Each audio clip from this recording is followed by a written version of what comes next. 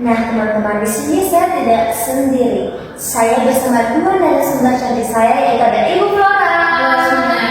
Ada Kakak Nova. Oke, jadi sebelum kita masuk ke topik yang akan kita bahas pada episode kali ini, mari kita mencari tahu apa sih sebenarnya kesibukan selama ini, keseharian dari Ibu Flora dan Kakak Nova. Oke, silakan Ibu Flora. Oke, halo semuanya. Nama saya Vanessa Ganya. Saya kesibukan sehari-hari saya sebagai dosen Fakultas Hukum. Oke, baik. Silakan Kakak Nova. Halo semuanya, perkenalkan saya Rosalia Nanti. Kesibukan saya sehari-hari, saya sebagai mahasiswa di Universitas Nusa Tenggara Kupang, Fakultas Keguruan dan Ilmu Pendidikan, Prodi Pendidikan Pancasila dan Kewarganegaraan. Oke, baik. Ternyata satunya ada dosen hukum, satunya ada mahasiswa PPKN. Wah, sebuah perpaduan yang sangat sempurna untuk membahas topik kita pada siang hari ini, betul sekali. Nah, topik kita pada episode kali ini itu teman-teman itu sedikit sensitif ya. Kenapa saya bilang sensitif? Karena memang itu tuh kayak sangat-sangat familiar di telinga kita, tapi kayak hal-hal yang memang tidak bisa kayak kita membayangkan bahwa kita akan berada di situ, yaitu kita akan membahas tentang hukum waris di Indonesia. Tentu saja hal-hal yang berkaitan dengan hukum waris itu hal-hal topik sensitif yang sering terjadi konflik, pertentangan, bahkan antar keluarga sekalipun. Nah, tanpa membawa waktu lebih lama lagi, saya akan bertanya kepada Ibu Flora. Nah, Ibu Flora, oke, ini pertanyaan saya ini klasik, tapi krusial. Apa sih sebenarnya definisi hukum waris dan bagaimana pembagian hukum waris itu di Indonesia? Oke, terima kasih Kakak Manes. Jadi kalau kita berbicara tentang hukum waris itu pada dasarnya itu adalah aturan tentang bagaimana harta seseorang yang sudah meninggal dia beralih ke ahli waris, begitu, ahli waris. Nah, di Indonesia ini sangat unik. Kita mengenal ada 3 sistem hukum waris, yaitu ada hukum waris Islam, ada hukum waris perdata, dan ada hukum waris adat. Nah, kenapa ini sengketa di Indonesia itu sering terjadi begitu? Karena kurangnya perencanaan dari keluarga, dan ada juga faktor emosional yang melekat pada harta begitu. Oke, itu kalau pengertian dari hukum waris. Oke, baik. Terima kasih Bu Flora. Ternyata memang hukum waris Indonesia itu sangat unik ya. Pada saat kata uniknya itu dari kebetulan saya baru tahu bahwa ternyata ada pembagiannya itu ada 3. Hukum waris Islam, hukum waris perdata, Islam dengan adat. Dan hukum warisnya itu dalam arti yang bahwa ini orang yang meninggalkan warisan itu saat sudah meninggal dunia baru diberikan kepada seseorang yang sudah dia wariskan harta tersebut seperti itu. Oke, baik. Oke, baik. Saya akan bertanya lagi ke Kak Nova ya. Oke, jadi ini pertanyaan saya ini sedikit simpel saja. Misal sering terjadi di kalangan masyarakat Indonesia.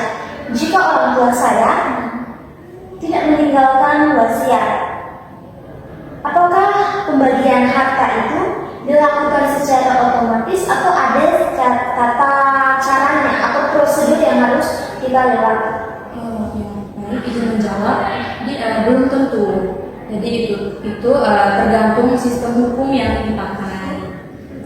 Dalam hukum perdata, pembagiannya itu biasanya sama besar antara anak laki-laki dan juga anak perempuan. Tapi kalau pakai hukum Islam, ada aturan faraid ya, yang membedakan anak laki-laki mendapat 2 bagian dan anak perempuan itu mendapat 1 bagian saja. Kalau dalam sistem adat, hukum adat, aturannya itu bisa berbeda tergantung daerah.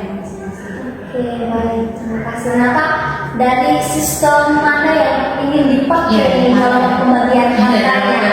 Kayak tadi mau Islam kah, berdata kah, atau ada? Oke, baik. Mungkin ada tambahan dari Ibu Flora sedikit? Oke, baik ya. Tadi saya mendengar dari pernyataan dari Kakak Nova. Jadi tadi itu ada 3 sistem hukum Islam tadi. Jadi di pembagian harta itu berbeda-beda antara hukum Islam, hukum adat, dan hukum perdata begitu. Oke, baik. Terima kasih. Nah, lalu jawab sama Kakak Nova dan Ibu Flora nih. Ini jika dalam satu keluarga ada yang memakai hukum Islam, ada yang memakai hukum perdata, apakah pembagian boleh dicampur? Misalnya uang pakai sistem A dan uang tunai pakai sistem B? Jadi jawabnya itu idealnya itu tidak dicampur. Karena keluarga itu sudah menentukan sistem waris. Jadi semua harta mengikuti satu sistem yang sama supaya tidak muncul masalah baru, konflik baru gitu. Kalau keluarga tidak sepakat, ya jalan terbaiknya itu tetap musyawarah. Nah, kalau musyawarah buntu, berarti barulah perkara dibawa ke pengadilan. Oke, jadi intinya memang tidak bisa ya untuk dicampur-campur seperti itu. Harus maksudnya mereka ingin menggunakan sistem yang mana ini berbeda. Asalkan intinya itu ada komunikasi dan kesepakatan ya Pak. Betul. Oke, saya boleh lempar pertanyaan di Ibu Flora? Supaya pemirsa pendengar setia kita ini lebih paham luasan tentang hukum waris yang ada di Indonesia. Oke. Banyak orang bingung soal siapa sebenarnya yang berhak menjadi ahli waris. Apakah saudara kandung, sepupu, atau bahkan orang tua dari pewaris yang berhak? Baik ya, pertanyaan dari Kak Fani sangat bagus sekali. Nah, ini memang jadi sumber kebingungan di masyarakat Indonesia tentang pembagian hukum waris begitu. Nah, kalau dalam hukum perdata itu ada namanya pembagian menurut 4 golongan. Nah, 4 golongan ini ada golongan 1 itu terdiri dari suami istri dan anak-anak. Golongan kedua ini ayah ibu, serta golongan ketiga ini kakek nenek dan saudaranya, dan golongan keempat itu ada sepupu, paman dan bibi. Nah, begitu dalam hukum perdata. Sedangkan dalam hukum Islam itu tadi kan ada ketentuan faraid di mana ini laki-laki mendapatkan 2 bagian serta perempuan mendapatkan 1 bagian. Nah, kalau di hukum adat ini kan daerah-daerah di Indonesia kan kaya toh, jadi banyak budaya begitu, daerah-daerah pasti membagi hukum warisannya berbeda-beda. Sepengetahuan saya di Indonesia itu ada namanya patrilineal dan bilateral. Begitu menurut sistem hukum perdata, hukum Islam dan hukum adat. Kompleks sekali sistem hukum ya. Hukum waris, pembagian hukum waris yang ada di Indonesia memang. Maksudnya kayak hal-hal seperti ini yang akhirnya menyebabkan masalah menurut saya, pandangan pribadi saya. Apalagi jika di suatu daerah mereka sangat kental dengan namanya budaya, tapi mereka berada di negara hukum dan mereka beragama Islam. Kalian bayangkan bagaimana bingungnya mereka saat pembagian hukum waris tersebut. Jadi menurut saya itu jadi hal cekcok. Apalagi kalau kita ini manusia yang siapa sih yang tidak mau warisannya, serakah katanya gitu kayak. Apalagi bilang ada anak laki-laki, ada anak laki-laki, terus ada anak perempuan. Jatuhnya itu akan diskriminasi kepada anak perempuan kalau tidak menggunakan hukum perdata. Iya betul. Kalau tidak menggunakan, jadi akhirnya mereka hanya menggunakan hukum Islam dengan hukum adatnya saja. Katakan bilang bahwa ini 1/2 lebih banyak kepada anak laki-laki daripada anak perempuan. Itu dalam hukum Islam. Kan. Sedangkan di hukum adat kita lihat dulu daerahnya. Mereka penganut patrilineal atau matrilineal atau bilateral. Kalau bilateral, puji Tuhan, artinya baginya bakal sama rata. Gak bakal namanya aplikasi lah ya, artinya jadi sengketa bawa pengadilan dan akhirnya memperpanjang kasus yang memang harusnya tidak boleh terjadi. Apalagi kalau mereka saudara kandung, kasihan jadinya kayak kata itu guys. Ingat pembagian harta itu penting dalam keluarga karena tidak ingin terjadi sebuah konflik yang akan memecah sebuah keluarga hanya gara warisan. Ingat harta warisan tidak bawa mati guys. Stay tune. Oke. Saya tanya nih kepada Kakak Fandi. Saya sering mendengar istilah hibah dan wasiat. Apa bedanya dan mana yang lebih aman untuk mencegah konflik tentang harta warisan ini? Baik. Jadi wasiat itu berlaku setelah pewaris meninggal. Nah, itu pun nilainya tidak boleh lebih dari sepertiga harta kalau masih ada ahli waris lain atau ahli waris yang sah. Ya. Sedangkan hibah itu adalah pemberian harta ketika pewaris itu masih hidup. Hibah yang dibuat di hadapan notaris itu secara hukum jauh lebih kuat karena haknya sudah berpindah selagi pewaris masih hidup. Harta itu tidak lagi menjadi harta warisan sehingga risiko sengketa itu jauh lebih kecil. Oke, baik. Bapak, kita sudah mendengar bahwa wasiat dan hibah itu sama tapi beda. Oke, ada hal-hal tipis membedakan karena misalnya wasiat itu sesuatu yang dibuat setelah pewarisnya itu meninggal, sedangkan hibah adalah pemberian dari ahli waris kepada pemberian dari pewaris kepada ahli waris. Nah, disarankan tadi. Oke, ahli waris. Jadi misalnya dari amat itu kalau hibah ya, pada saat misalnya ada saksi, ada notaris, ada hal-hal yang ada saksi-saksi yang akan lebih kuat yang bisa memegang bahwa memang harta warisannya ini diberikan kepada dia, bukan kepada dia. Jadi tidak akan menyebabkan konflik di kemudian hari. Jadi pada saat mungkin bisa dibilang konfliknya sudah berkepanjangan, tidak bisa diselesaikan dengan musyawarah. Dan saat dibawa ke pengadilan, ahli waris yang akan menang karena dia sudah mempunyai notaris, saksi, bukti yang memang sudah tercantum atas nama dia. Itu memang warisan ya. Hibah lebih kuat. Hibah lebih kuat daripada wasiat. Soalnya kalau kita mengambil dari jalur wasiat itu susah. Semuanya pasti diinginkan harta warisan tersebut. Betul. Iya, jadinya kan miris ya, hanya gara-gara warisan saja Ada permasalahan. permasalahan dalam keluarga itu kan sedih. Oke, saya ingin bertanya lagi kepada Info.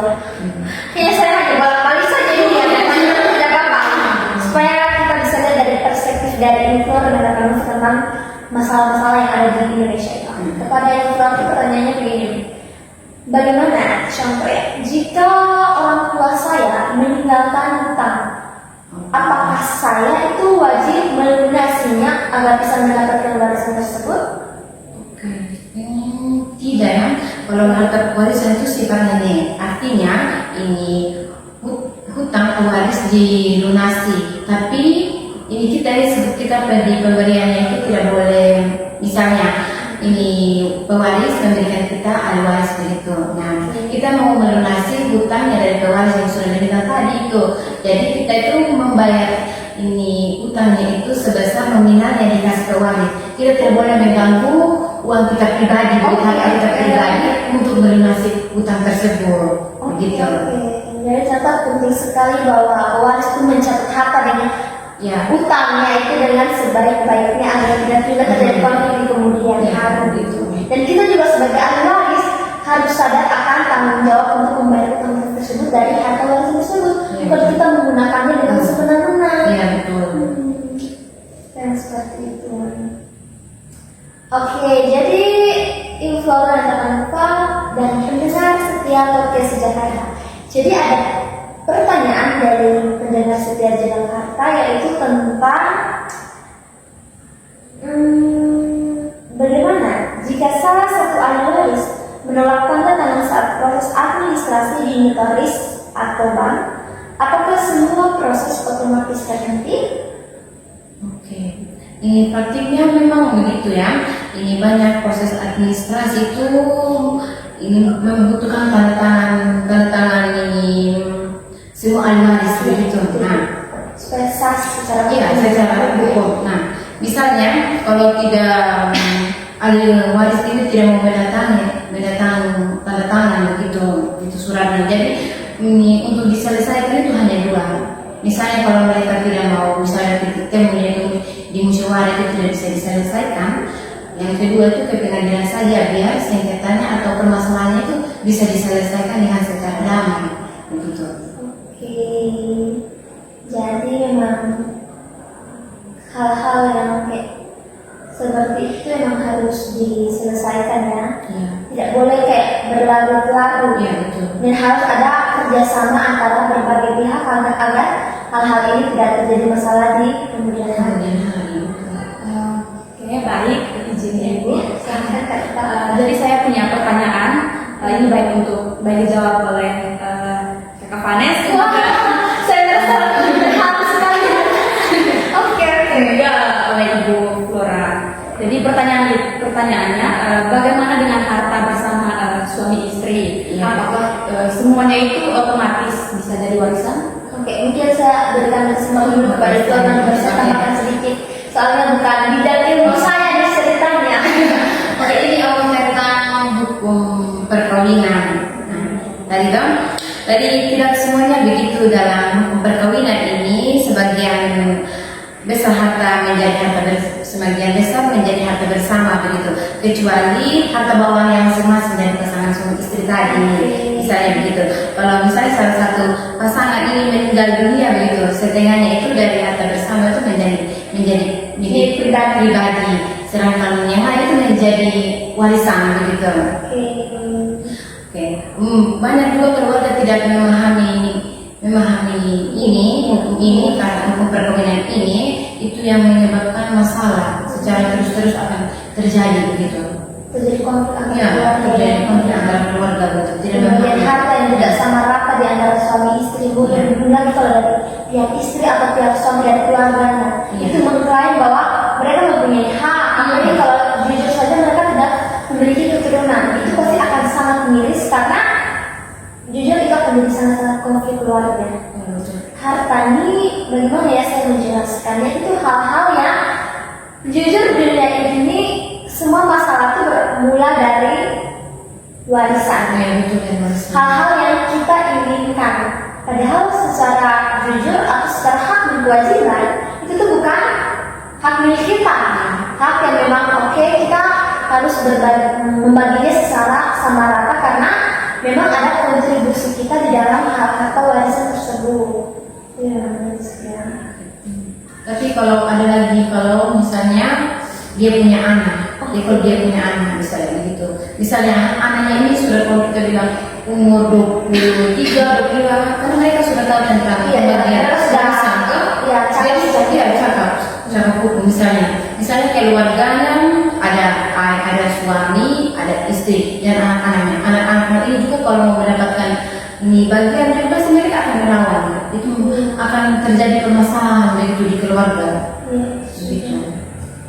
Setuju sih kalau apalagi kalau kedua orang tua maksudnya maaf ya, kalau orang tua mereka sudah meninggal dunia, Iya. tersisa anak-anaknya, mereka pasti tidak tahu dengan yang hal-hal yang berkaitan dengan hukum-hukum seperti ini dan akhirnya ada oknum-oknum yang memanfaatkan situasi tersebut yang akhirnya meraup untung secara gila-gilaan, secara serta padahal secara hak dan kewajiban secara hukum saja. Mereka itu tidak pantas. Karena tadi seperti yang sudah dijelaskan oleh Ibu Flora Kakak Nova bahwa di hukum perdata, golongan pertama itu suami istri atau anak, baru golongan berikutnya.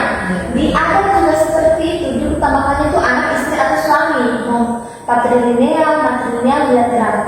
Dan di hukum Islam pun berlaku seperti ini, walaupun memang sedikit diskriminasi karena ini dua sepertiganya itu lebih banyak kepada kakak laki-laki dan anak laki-laki, ya perempuan hanya dapat 1/3, tapi kan prinsip utamanya itu tetap anak, bukan orang-orang yang berklaim bahwa mereka dapat benar ketika datang rosters bahwa itu harta saya, ya padahal walaupun hanya hubungan darah yang hanya sedikit kecil sedikit. Tapi kan kita harus lihat golongannya dulu ya.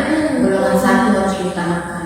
Begitu. Baru kita menurut golongan 2, 3, 4 dan seterusnya seperti itu. Lalu oke, ini juga sebenarnya pertanyaan krusial menurut saya. Maksudnya warisan ini masih sengketa nih. Iya. Apakah sengketanya ini contohnya bilang tanah sengketa? Iya. Apakah tanah itu masih bisa diwariskan atau tidak? Apa yang menjawab? Ibu Flora katakan. Ibu Flora. Oke, banyak memang bidang ilmunya hanya jujur lebih banyak Ibu Flora, misalnya dosen hukumnya harusnya kuat hal-hal seperti itu. Dalam sengketa apa tadi? Sengketa tanah saja, bisa harta warisan yang disengketakan. Oke, dalam permasalahan sengketa tanah, kalau kita berbicara tentang sengketa tanah, permasalahannya sangat luas sih. Jadi kalau mau biar diselesaikan dengan damai begitu kan tadi kan ada musyawarah. Kalau misalnya musyawarah tidak bisa ke pengadilan biar ini keluarga berunding begitu tentang batas-batas tanah, pembagian warisan harta lain begitu. Biar tidak menjadi sengketa di kemudian hari begitu. Mereka berkumpul bermusyawarah, dan kalau musyawarah itu tidak mendapatkan titik temu, jalan satu-satunya ke pengadilan biar sengketa itu bisa diselesaikan dengan cara damai begitu. Oke, baik, ternyata memang musyawarah Ya. atau kalau tidak bisa ya diselesaikan secara musyawarah atau kekeluargaan, memang sebaiknya dibawa kepada pengadilan. Oke, teman-teman podcast Jakarta dan Ibu Flora ada pendapat tentunya. Kita kasih contoh kasus aja yang mungkin biar lebih mengulik tentang hukum warisan anak Indonesia. Oke, contoh kasusnya itu kayak gini. Jadi ada sebuah keluarga yang terdiri dari suami, istri dengan anak perempuan dan anak laki dan anak perempuan. Ya. Nah, suaminya ini meninggal dunia. Menurut pandangan hukum perdata Islam dan adat, di antara mereka dengan sepupu, dengan ibu kandung, ayah kandung, kakek, nenek.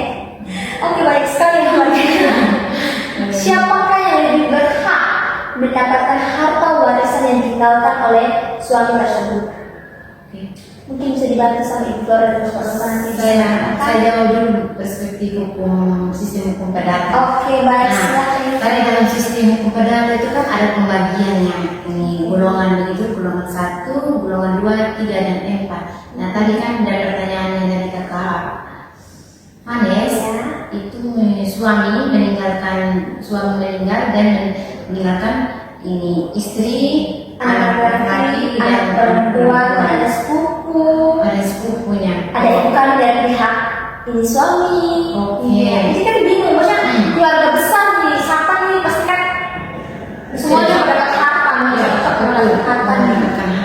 Nah, dalam golongan ini yang paling utama kan tadi ini adalah golongan pertama. Golongan pertama ini dia yang harus mendapatkan dahulu hartanya.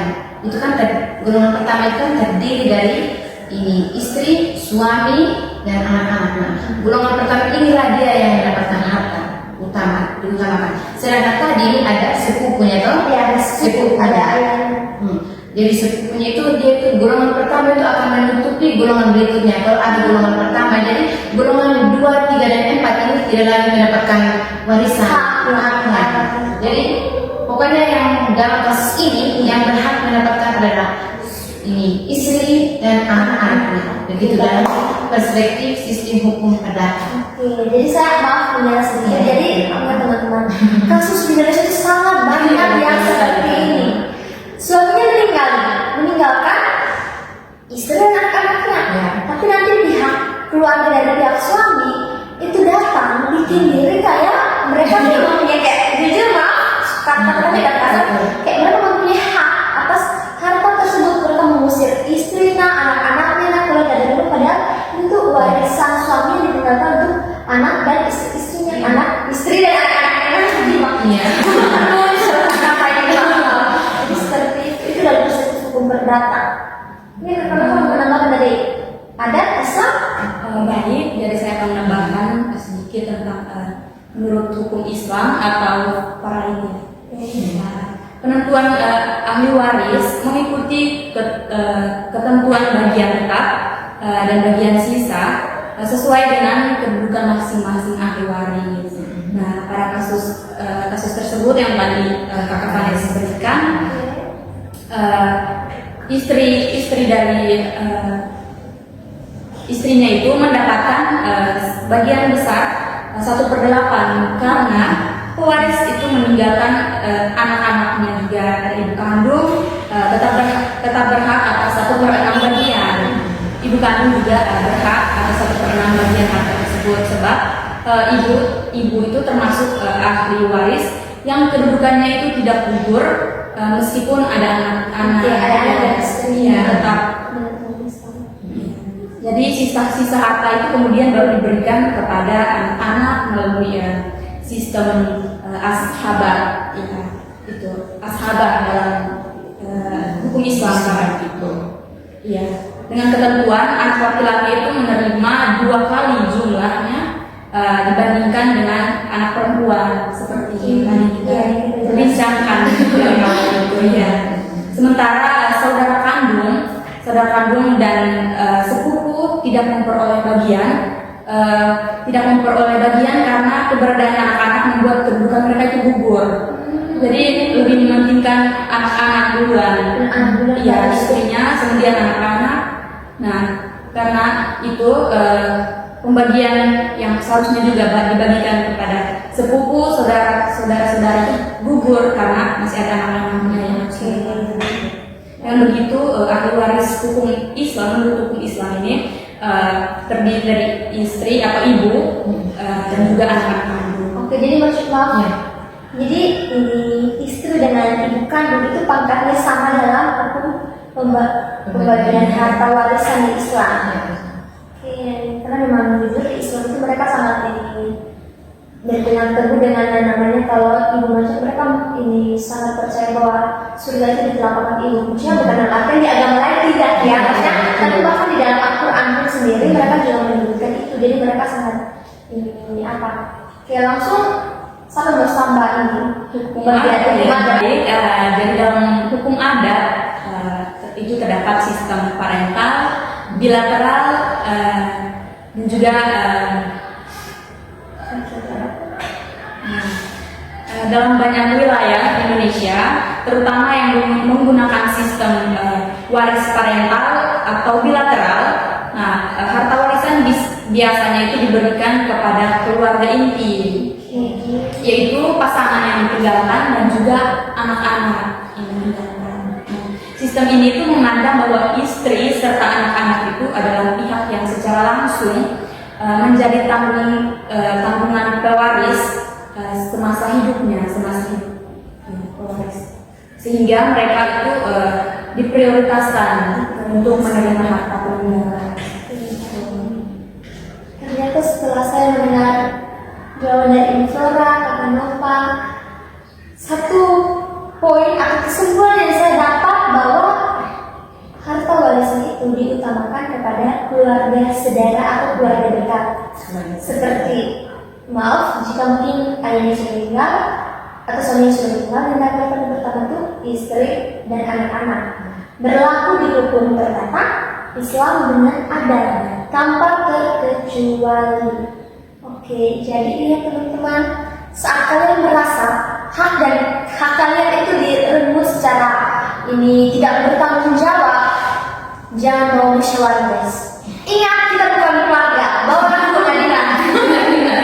Ingat ya, itulah. Soalnya saya sering tidak tahu ya, film di Indonesia itu sering mengangkat topik yang berkaitan dengan hukum warisan, jujur. Yang sering berkaitan dengan hukum warisan, seolah dan itu bikin kayak nanti dari pihak keluarga, dari ayahnya, suaminya ini datang usir mereka, padahal mereka yang punya hak. betul sekali Pak. Mereka yang punya hak untuk ini mendapatkan warisan tersebut, bukan pihak keluarga ayahnya. Aduh, ini berarti memang kurang pemahaman warga Indonesia ini, kurang sosialisasi yang menurut saya. Ya, karena di film-film misalnya yang kita tidak nonton film Indonesia itu. Itu begitu. Dan ngomong lihat TV-nya. Dari bisa. Nah, itulah film-film di Indonesia. Film Indonesia banget yang modelan kayak filmnya ini harus nonton atau belajar ilmu tentang hukum warisan, dan dia bikin film itu ya jangan aneh-aneh. Kan kita nonton seolah-olah mereka paling tersakiti, padahal itu memang hak dan kayak harta milik mereka gitu kan. Lebih baik kita menjelaskan hal gini, lebih baik kita tips dan trik nih agar konflik tentang harta warisan ini tidak terjadi di keluarga kita sendiri ya. semoga kita terhindar dari hal-hal seperti itu. Oke, kita langsung tanya Ibu Flora dan Kak Nova, tips dan trik nih, tips lah ya, supaya konflik-konflik tentang harta warisan ini tidak menimbulkan konflik. Harusnya ini hal-hal apa aja yang harus kita lakukan nih supaya konflik tentang warisan ini tidak menjadi cekcok atau perselisihan antar keluarga kita. Ibu Flora, saya silakan. Oke, tips-tipsnya agar tidak sengketa lagi Iya. nanti di kemudian hari. Kemudian hari, betul sekali. Dari permasalahan di keluarga. Nah, pertama tips dari saya ini adalah komunikasi. Ini komunikasi itu adalah secara terbuka kepada keluarga dan kerabat-kerabat begitu, agar nanti tidak menjadi sengketa begitu atau permasalahan di keluarga. Komunikasilah dan musyawarah dengan baik. Nah, yang kedua itu mulailah kita merencanakan pembagian harta sejak dini, misalnya pembagian warisan yang diberikan kepada anak, istri, suami begitu yang ditinggalkan begitu. Nah, agar mereka secara merata, secara adil begitu dalam pembagian warisan. Nah, yang ketiga ini catatlah semua aset dan hutang agar tidak ada permasalahan yang nanti di kemudian hari. Nah, yang keempat ini kita mempertimbangkan hibah melalui notaris untuk menghindari perselisihan di kemudian hari ini. Oke, itu tips dari Ibu Flora. Mungkin Kakak Nova mau tambahkan? Baik, mungkin Ibu Flora sudah menjawab tips and triknya. Ya. Kurang lebih jawaban saya sama seperti jawaban Ibu Flora tips and trik. Oke, saya tambahkan satu lagi trik. Iya, Tips yang paling menurut saya yang paling diutamakannya itu kita itu jangan ragu-ragu untuk komunikasikan kepada ahli tentang sistem hukum waris ini. Bagaimana kita bisa memahaminya tentang sistem hukum waris tadi, hukum waris Islam, hukum waris adat dan hukum waris perdata, agar nanti itu tidak akan menjadi permasalahan di keluarga atau permasalahan di kemudian hari nanti. Begitu tips-tips. Oke, terima kasih kepada Ibu Flora dan Kak Nova atas tips dan triknya. Tenang saja, saya akan pulang dan saya akan langsung mencoba tips-tipsnya agar tidak terjadi nanti permasalahan tentang hukum warisan di keluarga kita semua. Oke, ternyata topik-topik yang kita bicarakan kali ini ternyata sepertinya sudah panjang, banyak dan membuka wawasan-wawasan kita. Dan saya juga berharap dengan topik-topik yang kita bahas ini membantu pendengar setiap podcast Jejak Harta agar kita bisa menjadi salah satu orang atau solusi di tengah-tengah konflik harta warisan yang mungkin akan terjadi di kemudian hari, yang mungkin terkena oleh tetangga kita, keluarga kita, teman kita, dan kita bisa memberikan saran yang bermanfaat. Oke, mungkin itu saja dari saya dan sampai jumpa di episode berikutnya. Dadah!